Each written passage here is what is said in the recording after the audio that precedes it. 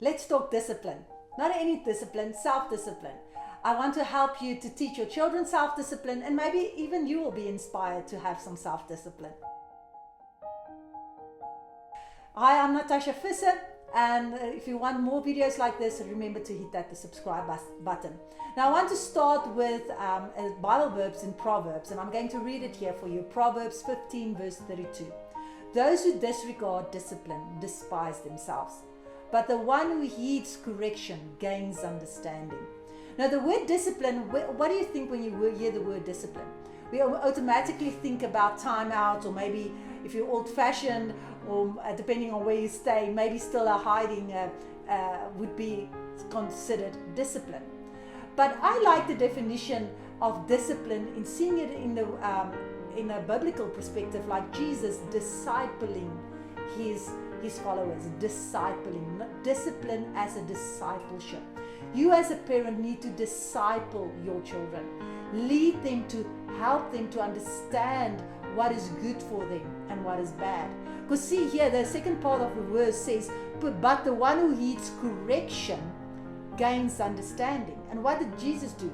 He actually gave them correction in the way they've seen the world, the way they approached life. He corrected that. He showed them wisely what is the right thing to do. All right? So he discipled them. So let's disciple our children and not just focus on the negative side of disciplining. See discipline as a discipleship. All right? When parents come to me, they actually come to me because there was some rebellion behavior from a child, like watching porn or drinking too much or going out to parties or lying, big things. They rebel against their parents' discipleship. All right, and then we want to fix that. But that typically are the fruit.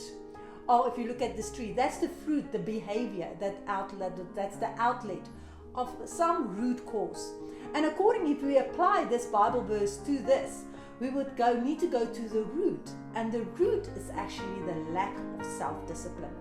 We need to teach our children self-discipline, because if we don't have self-discipline, it leads to self-hatred or despise themselves, like this verse says. That leads to rebellion. Oh, well, I can't do anything right, so let's just do anything. All right? I'm fat, so let's just eat anything. And that can lead to illness. So if you look at lack of self-discipline when it comes to eating, leads to hating your body, self-hatred. Leads to rebellion and say, oh, well, I'm never going to be healthy, let's just eat anything. And that can lead to an illness, a disease like diabetes or heart failure. Now that's important. We could look at again for our children's point of view. The lack of self-discipline when it comes to their cell phones can lead to self-hatred. Because what happens is when they only see themselves through a little screen and approval of others, can cause them to doubt themselves. Because Facebook and Instagram shows all these perfect lives. And then that leads to rebellion, doing certain things to make sure that the people notice them, maybe sending more provocative videos. And that can lead to certain sexual dysfunction or diseases like bulimia or things like that. Okay, but then we want to fix that. But let's go to the root cause. Now, I hope and believe that your child is not lacking self-discipline yet, but let's start early. If we start early, we can teach our children. How are we going to do that?